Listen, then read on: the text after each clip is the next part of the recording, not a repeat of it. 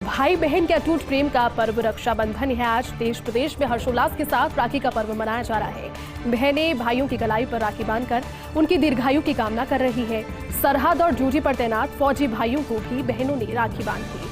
प्रदेश की 125 जेलों में बंद कैदियों ने भी बहनों ने राखी वहां पर पहुंचकर उन्हें बांधी और कोरोना के चलते 2 साल के बाद बड़ी संख्या में बहनें राखी बांधने के लिए पहुंची। गहलोत सरकार ने आज प्रदेश में बहनों को मुफ्त यात्रा का तोहफा भी दिया।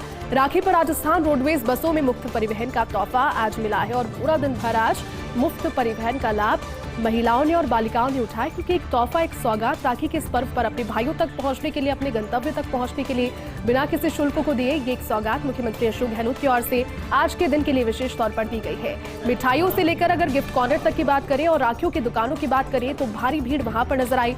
भले ही मिठाई की दुकानें हो, अपने भाई की पसंदीदा मिठाइयों को लेने के लिए बहनों में होड़ नजर आई गिफ्ट कॉर्नर्स पर, क्योंकि मार्केट में इस वक्त अलग अलग तरह के क्रिएटिव गिफ्ट भी अवेलेबल है। राखियों की दुकानों पर भारी भीड़ नजर आई। अपने भाइयों को, छोटे भाइयों को, बड़े भाइयों को उनकी पसंदीदा राखियां बांधने के लिए लड़कियां दुकानों पर कल से ही जुटना शुरू हो गई थी और तैयारी तो देखिए लगातार पहले से ही शुरू हो चुकी है। इस पर्व की रक्षाबंधन के मौके पर जयपुर में खास तरह की राखी तैयार की गई। गोबर और अन्य ऑर्गेनिक प्रोडक्ट से राखियों का विदेश में क्रेज भी बढ़ा है और पहली बार बाजार में इस प्रकार की खास राखियां आई है जिसका लोगों में क्रेज है। जयपुर के गांव कीर्ति में गाय के गोबर से बनी ऑर्गेनिक राखियां तैयार हुई है। अब तक 40,000 अमेरिका और 20,000 राखियां मॉरिशस भेजी जा चुकी है। यानी कि इस क्रेज की जानकारी इस चीज से हम लगा सकते हैं कि अमेरिका जैसे कंट्री में 40,000 राखियां, ऑर्गेनिक राखियां और 20,000 राखियां मॉरिशस में भेजी जा चुकी है। तो कहीं ना कहीं रोज हर एक क्रिएटिव तरीके से अगर देखा जाए तो कुछ नए इन्वेंशंस भी हो रहे हैं राखियों में, जिसे यूज भी किया जाए। मार्केट पे 1000 तरह की राखियां अवेलेबल है, सभी पहुंच रहे हैं और इस त्योहार को मुहूर्त के साथ मनाने की आज खूब हर्षोल्लास के साथ कोशिश हर बहन कर रही है। भाई बहन में अटूट प्रेम का पर्व रक्षाबंधन आज है। देश प्रदेश में हर्षोल्लास से राखी का पर्व मनाया जा रहा है। मुख्यमंत्री अशोक गहलोत ने देश प्रदेश की सभी बहनों को इस मौके पर बधाई। दिल्ली जाने से पहले मुंबई से आई बेटी सोनिया से मुख्यमंत्री गहलोत ने राखी बंधवाई। पत्नी सुनीता गहलोत, वैभव गहलोत, हिमांशी गहलोत इस दौरान उपस्थित रहीं। अब दिल्ली से मुख्यमंत्री अशोक गहलोत जोधपुर राखी बंधवाने के लिए पहुंच रहे। अपनी बड़ी बहन विमला देवी से सीएम गहलोत रक्षा सूत्र बंधवाएंगे। हर बार राखी पर बड़ी बहन से राखी बंधवाने के लिए सीएम गहलोत पहुंचते हैं। जोधपुर एयरपोर्ट पर भी सीएम गहलोत के राखी बांधने के लिए महिलाएं पहुंची और इस मौके पर उन्होंने प्रदेशवासियों को शुभकामनाएं भी दी। सौगात भी मुख्यमंत्री अशोक गहलोत ने इस चीज को समझते हैं कि कितना जरूरी ये पर्व उन बहनों के लिए है जो कि अपने घरों से दूर रहती है, ससुराल में होती है, जॉब कर रही होती है, अपने भाइयों तक इजीली पहुंच पाए, किसी प्रकार का शुल्क आज के दिन उन्हें नहीं पे करना पड़े। इसको लेकर के रोडवेज में बसेस की फ्री सुविधाएं भी मुख्यमंत्री अशोक गहलोत ने आज दी है। इसी बीच जोधपुर भी पहुंचे और उसके बाद में अपनी बड़ी बहन विमला गहलोत से राखी भी मुख्यमंत्री अशोक गहलोत बंधवाएंगे। हर साल का उनका ये रिवाज है, हर साल का नियम है। अपनी बड़ी बहन के घर पहुंचकर उनका आशीर्वाद मुख्यमंत्री अशोक गहलोत लेते हैं, राखी बंधवाते हैं और एक तरीके की सनातन परंपरा है जिसका निर्वहन मुख्यमंत्री अशोक गहलोत और समूचा प्रदेश ही नहीं बल्कि पूरा भारत आज कर रहा है। जंगलात महकमा धोएगा ब्रज 84 के दाग। जी हां, चोटिल आस्था और प्रकृति की पुनर्स्थापना की अहम जिम्मेदारी वन विभाग ने जारी की है अधिसूचना। कनकांचल तथा बद्री पर्वत की खनन भूमि वन विभाग को देने की अधिसूचना। कनकांचल पर्वत 95.15 और आदि बद्री 662.25 हेक्टेयर भूमि है।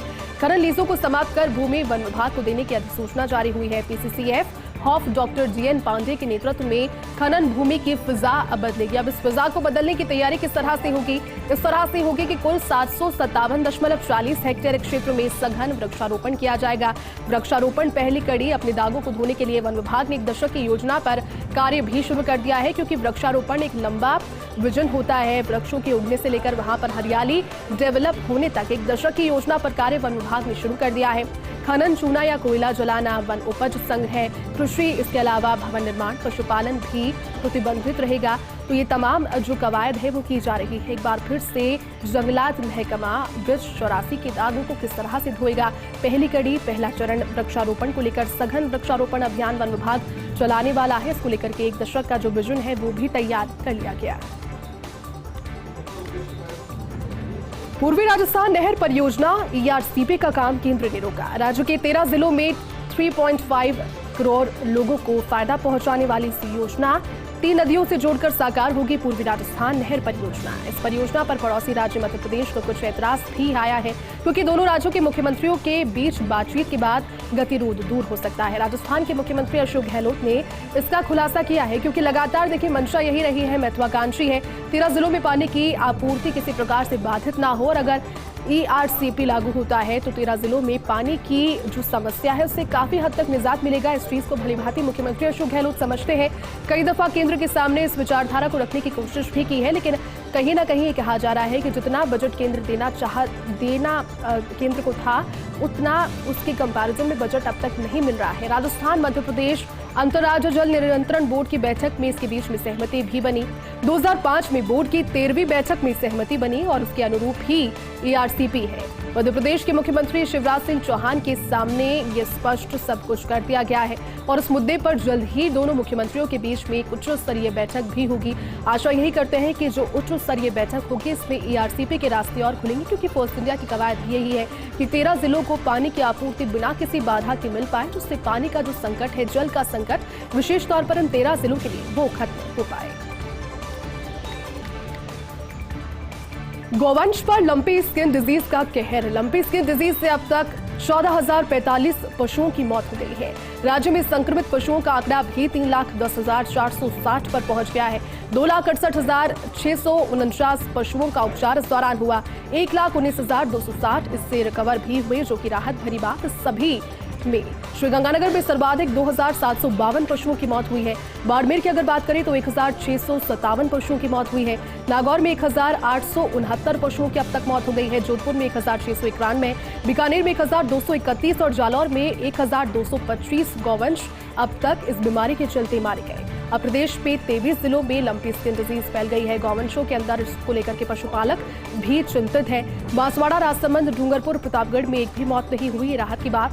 इसके अलावा जयपुर में, राजधानी जयपुर में 1,498 पशु इससे संक्रमित है। अब तक 32 गौवंशों की मौत हुई है, लेकिन कोशिश यही की जा रही है कि जो अभी संक्रमित नहीं है गौवंश, उन्हें गोट पॉक्स देकर के लगातार अब वैक्सीनेशन का दायरा इस तरह से बढ़ाया जाए कि एक इम्यूनिटी उनके अंदर क्रिएट हो पाए और इस स्किन डिजीज से वो बच भी पाए। और कोशिश लगातार यही की जा रही है। स्वास्थ्य विभाग भी यही कोशिश कर रहा है कि कैसा टीका जल्द से जल्द डेवलप हो। हालांकि टीके बन भी रहे हैं, जिससे आफ्टर गेटिंग इस वायरस से, संक्रमण से होने के बाद में भी जो पशु हैं, जो मवेशी हैं, उन्हें इससे राहत मिले, मौत की स्थिति ना हो और मृत्यु दर गौवंशों की ना बढ़े।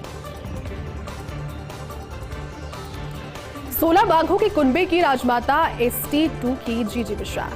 अगले पैरों में घाव और पिछले स्ट्रॉन्ग फुट को अपनी शक्ति के तौर पर जाना जाता था, लेकिन अब अपनी शक्ति को वो खो चुकी है। 17+ आयु में ट्रैकोलाइटिस और तमाम आशंका पर जीजी मिश्रा भारी पड़ी है।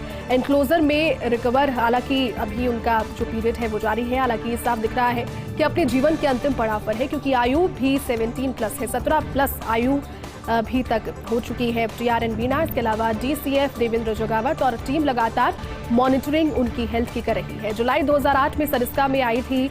2 बार में 4 शावकों को जन्म दिया है। ST7 और ST8, ST13 और ST14 मिले चारों को नंबर, और ST2 का बेटा बाघ ST13, ST19, ST20, साथ ही 21, 22, 23, 24 और ST25 का पिता ST2 की बेटी बाघिन ST14 भी, ST17 और ST18 की मां और इसके 3 शावकों को अभी तक नंबर हालांकि आवंटित नहीं हुए हैं। सरिस्का में 24 में से 16 बाघ बाघिन शावक इसी कुल के सदस्य हैं, लेकिन अब अपनी उम्र के आखिरी और अंतिम पड़ाव पर है। लिहाजा जो सेहत से जुड़ी हुई परेशानियां हैं वो भी लगातार सामने आ रही है। कोशिश लगातार यही की जा रही है किसी प्रकार का पेन उसको ना हो, क्योंकि एक बड़ा कुनबा लेकर अपने साथ चल रही है और जब से सरिस्का में आई है, कुनबा लगातार बढ़ाने की जो कवायद है इस बाघिन से हुई है। लेकिन जीजी मिश्रा अब ऐसी हो गई है, उम्र के इस पड़ाव पर पैरों ने काम करना बंद कर दिया है, डाइट कम हो गई है, हालांकि मॉनिटरिंग के अंदर रखी गई है, लेकिन फिर भी उम्र के इस पड़ाव पर अब लगातार सेहत गिरती जा रही है। मुख्यमंत्री अशोक गहलोत दिल्ली से सीधे जोधपुर पहुंचे। जोधपुर एयरपोर्ट पर मुख्यमंत्री गहलोत का स्वागत किया गया। एयरपोर्ट पर कांग्रेस नेताओं और कार्यकर्ताओं ने उनका भव्य स्वागत किया। जोधपुर एयरपोर्ट पर सीएम गहलोत मीडिया से रूबरू भी हुए। कहा, राजस्थान के मंदिरों में क्या सुधार हो सकते हैं, इसके लिए पुजारियों और धर्मगुरुओं से चर्चा भी करेंगे। खाटू श्याम जी मंदिर में हुआ हादसा दुखद। मेहरानगढ़ त्रासदी को हम अभी तक भूले नहीं हैं। लंबी बीमारी को लेकर सरकार गंभीर है। ये तमाम जो मुद्दे प्रदेश की जनता से जुड़े हुए मुद्दे हैं। भले ही खाटू श्याम जी में हाल ही में हुए उस दर्दनाक वाकये की बात को लेकर के उन्होंने दुख जाहिर किया। उन्होंने कहा कि इस तरह के धार्मिक स्थलों पर भीड़ को देखते हुए किस तरह से व्यवस्थाओं को और अधिक बढ़ाया जा सकता है, क्या उसमें स्कोप है, इसको लेकर पुजारियों से बात होगी, मंदिर प्रबंधन से बात होगी। तमाम जो सारे धार्मिक स्थल बड़े हैं जहां पर लगातार भक्तों का रेला लगा ही रहता है, उन सभी से बात करके और भी ज्यादा इसमें सुझाव लिए जाएंगे और कोशिश सरकार अपने स्तर पर सारी करेगी। इसके अलावा लंबी बीमारी को लेकर सरकार गंभीर है। गौ माता की रक्षा करने को लेकर हमारी सरकार गंभीर है। आज देश में ईडी और सीबीआई का आतंक है और ईडी और सीबीआई के मुद्दे पर एक बार फिर से मुखर होकर मुख्यमंत्री अशोक गहलोत ने अपनी बात मीडिया के समक्ष रखी। कहा, ईआरसीपी को लेकर केंद्र गुमराह कर रहा है। चिरंजीवी योजना प्रदेश में कल्याणकारी योजना साबित हुई है। चिरंजीवी योजना से कोई भी वंचित रहे, मीडिया इसको भी प्रचारित करे। यानी कि जिस महत्वाकांक्षी चिरंजीवी योजना को लेकर के सरकार का विजन है कि हर व्यक्ति को सुविधाओं का जो दायरा है चिकित्सा के क्षेत्र में वो बढ़कर मिले, उसको लेकर मीडिया को भी उन्होंने अपील की कि मीडिया भी इस योजना को और ज्यादा प्रचारित करे, ताकि जिससे अभी तक जो लोग वंचित हैं इस योजना में अब तक पंजीकृत नहीं हो पाए हैं वो भी अपने आप को पंजीकृत कराएं और जो बीमारियां हैं उनमें सरकार के द्वारा दी गई सुविधाओं का लाभ सभी उठाएं।